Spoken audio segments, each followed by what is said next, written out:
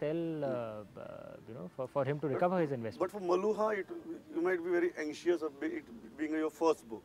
But Nagas, there was pressure because there was success, huge success, and there were expectations. During the marketing period, like I said, yes, I would get into a thing of, okay, how do I make this sell? During writing, I don't feel it at all. Not at all. At all. I don't. I frankly just cut off from everything. And I don't mean this in a negative way, but I genuinely, when I'm writing, I genuinely don't care about what the publisher might think, what the critics might think, frankly, what the readers might think. I don't care about anything. I only care about one thing, that he's sending a blessing, I should honor that blessing. That's it. I don't care about anything else. When how are you going to classify both the books? Fiction or semi-fiction? They're fiction. They're fiction. I'm very clear that they're fiction. They are mine. Every aspect of it? Well, there is huge lot of research that goes into it. So for example, the descriptions of the Indus Valley cities, the very term Meluha, these are all historical. The flow of the river Saraswati, these are all historically accurate. Correct. But the story is, of course, fiction. It's my interpretation of the story.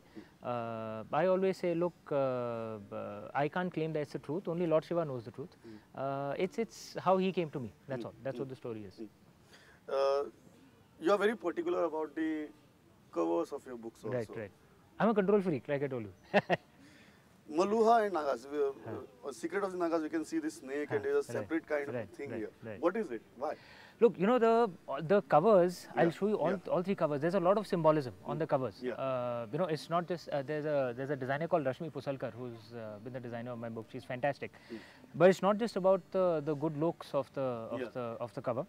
So for example, in Meluha, this is the actual Kailash mountain.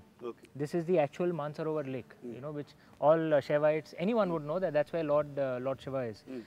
If you see this on the spine, this is called the Pashupati Nath seal. It's the earliest ever discovered symbol of Lord Shiva, ever in India. It was discovered in the Indus Valley civilization, in the Indus Valley sites.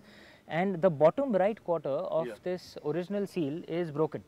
अब हिंदुओं में एक belief होती है कि भगवान की कभी खंडित मूर्ति नहीं लगानी चाहिए. It's an insult to God. So I didn't want to use a खंडित मूर्ति. So actually I used my interpretation of what could have been out there. We made a clay model and we shot that. This is the actual clay model that we shot and we put it out here.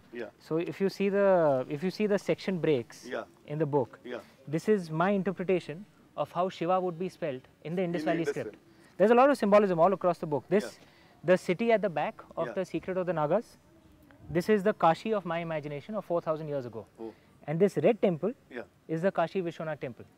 4,000 years ago. Of 4,000 years ago. The temple dedicated to Lord Shiva.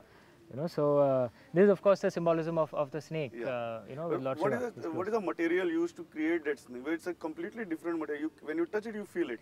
Okay, the embossing on it. Okay, this is you actually put a layer on top of the cover to give you to give you that feel. The snake was created in CG because it would be dangerous to shoot it with the model in case the cobra bit him. So this was created in computer graphics, and and then we put a layer on top of the cover to give you that feel. So there is a lot of symbolism on the covers. You will see that when the cover of Oath of the Vayuputras is also launched. So we put a lot of symbolism of Lord Shiva, a lot of thought goes into the covers. See, now this is completely new age thing. The Indian authors never used to do such kind of things. The way you explained it also, including that embossing of the snake, including the videos, the marketing videos of a book that you create, the graphical delight, I would say. Are these new trends that new Indian authors are following? I wouldn't know if it's a trend as yet, but I do believe that like I said, authors, authors should be involved in marketing, and it's a fallacy to assume that a good book sells itself. I'm a voracious reader, and I can give you a long list of books which I think should have been bestsellers. Nobody has heard of it, but if you haven't heard of the book, how are you going to buy it? So marketing is extremely important, and you must do innovative, different things, to get people to hear. Bankers turning authors. What is this with the bankers? Now you know why the banks are failing. No, I'm joking. I'm joking. See, the thing is, and they are becoming bestsellers. Okay, see, the way I see it is, I think, this is a time of creativity upsurge across India. After nearly 200, 300 years, I think Indians are, we are rediscovering our self-confidence. As we become more powerful, as we become richer, we are rediscovering our self-confidence, and it shows in creativity in every field. Creativity in entrepreneurship, creativity in films, creativity in music, and creativity in writing. Correct. It just so happens that bankers happen to be more visible. That's all. Perhaps because we earn good salaries, so we are able to invest our own money into marketing. Perhaps because of that. So it's just that it's not that bankers are more talented writers. It's just that we happen to be more visible. That's all. But I feel there's a creativity upsurge across the country, and it's a great time to be in India. Always said that you can't survive on creativities. Sad but true. Sad but true. You need to do marketing as well in today's world. Now you're not into banking. Now I'm not into banking. So you can survive on creativity. Okay. No. Okay, I thought you were talking about pure creativity. No, you need to be able. It was always said that writing a book cannot be a profession. Just forget it. You do something, and then if you have free time, then you can try it. Okay, by God's grace, my books are selling enough that I can make my living out of it. I haven't been born into a privileged family. Yeah. So I come from a very middle class family. So I don't have inherited wealth to live life on. So by God's grace, yes, the books are selling enough. It is possible. It is possible. For an English language writer. It is possible. It is possible. I'm a risk-averse banker. So I resigned my job only once I knew, okay, I can pay my bills out of it.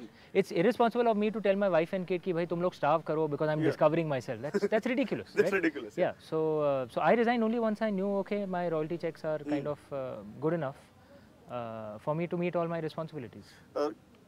I had asked this question to Ashwin also. Are you looking at this whole creation of books as a renaissance in Indian literature? Because we were never into commercial fiction. You people brought that commercial fiction into Indian literature. Is this a kind of a renaissance? I think what I see as a good move, I won't go so far as to call it renaissance because that's a very big term. But what I would say is that what Ashwin and I and various other authors of our ilk are doing is we are mining into our heritage, into our great Indian past. There's a lot of beauty in that past.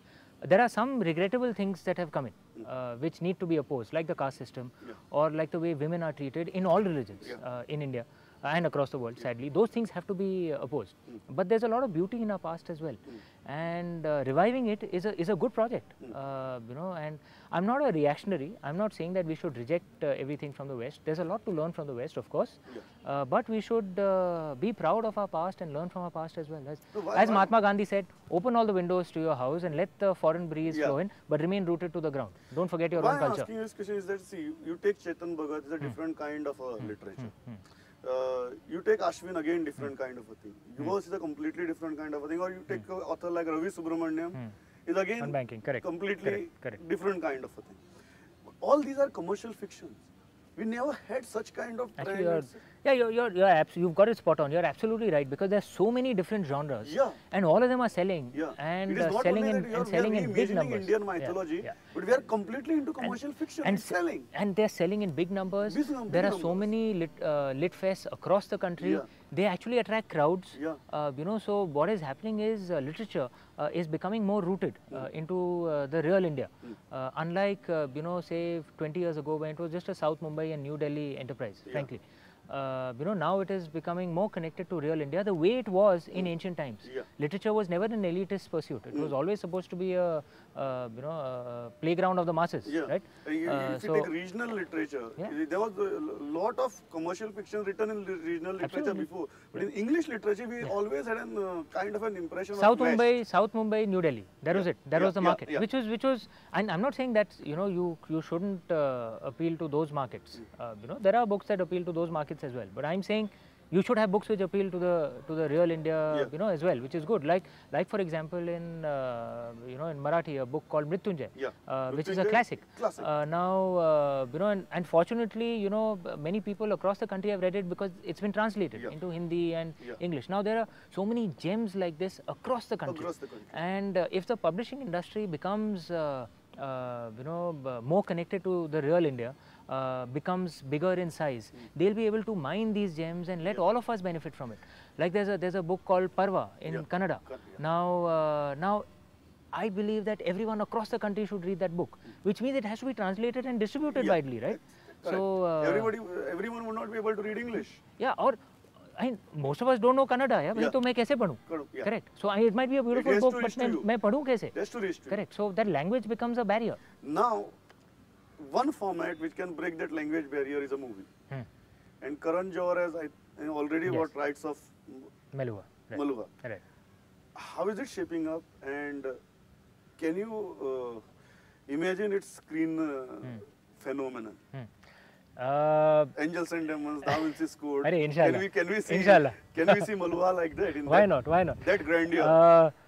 Look, I mean, they're at the scripting stage right now, and there were various producers who were bidding for the book, and I think the thing that I like most about Karan and his team was the immense passion that they came with towards this project.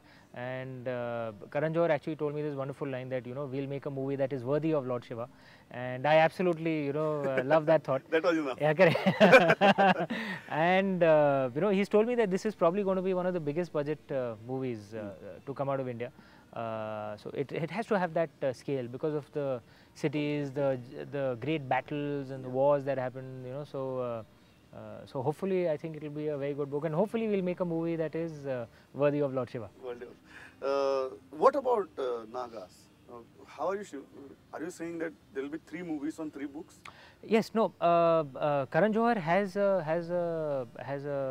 option right to look at Nagas, and and because actually they are not independent books. They are actually it's actually one continuous story broken into 3 books for convenience. So yeah.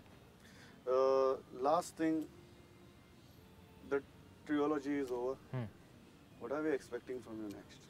Well, I have various other story ideas in my mind. A story on Lord Manu, a story on my version of the Ramayana, my version of the Mahabharata, a story on Emperor Akbar, who I believe was not just one of the greatest Indian emperors. I think he was one of the greatest emperors the world has ever seen.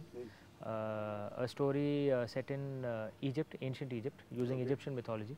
A story set in ancient Iraq and Anatolia, the Turkish part. So hopefully I'll write all of them. Let's see where life takes me. But which particular one I'm going to pick up, I don't know. What next? That I've left it to Lord Shiva. He'll decide. Right now, there are so many parts. Right now, I have the basic concepts for all these stories. All my story concepts have, there's a root philosophy, and the story is a vehicle to convey that philosophy. So all of them are like that. But which particular book I'll pick up, it's up to Lord Shiva. He'll decide. Will you, because you said Akbar, will you have more research problem when you are writing a book on historical character than a mythological one? Because you have kind of a little more freedom when you deal with mythological character. Look, there are always interpretations of history as well. If you see Braveheart, for example, it didn't strictly stick to the story. There were interpretations made for the sake of storytelling, but you have to broadly stick to the story, of course. So which calls for a greater, if I may call it that, imaginative vigor. So let's see how that. I've got the basic idea. Let's see how the story develops. Last thing, how did you find Goa? Awesome, man. I'm telling you, and you should come and live out here, yeah. So awesome, people, beautiful, green, fresh. You like to write. I'd love to buy a house here. You like to write if I can afford it. Of nature. Yeah, absolutely. I hope you write your next book here. Inshallah. Thanks a lot. Pleasure meeting you. I'd like you to autograph both these books. Thank you. Yeah.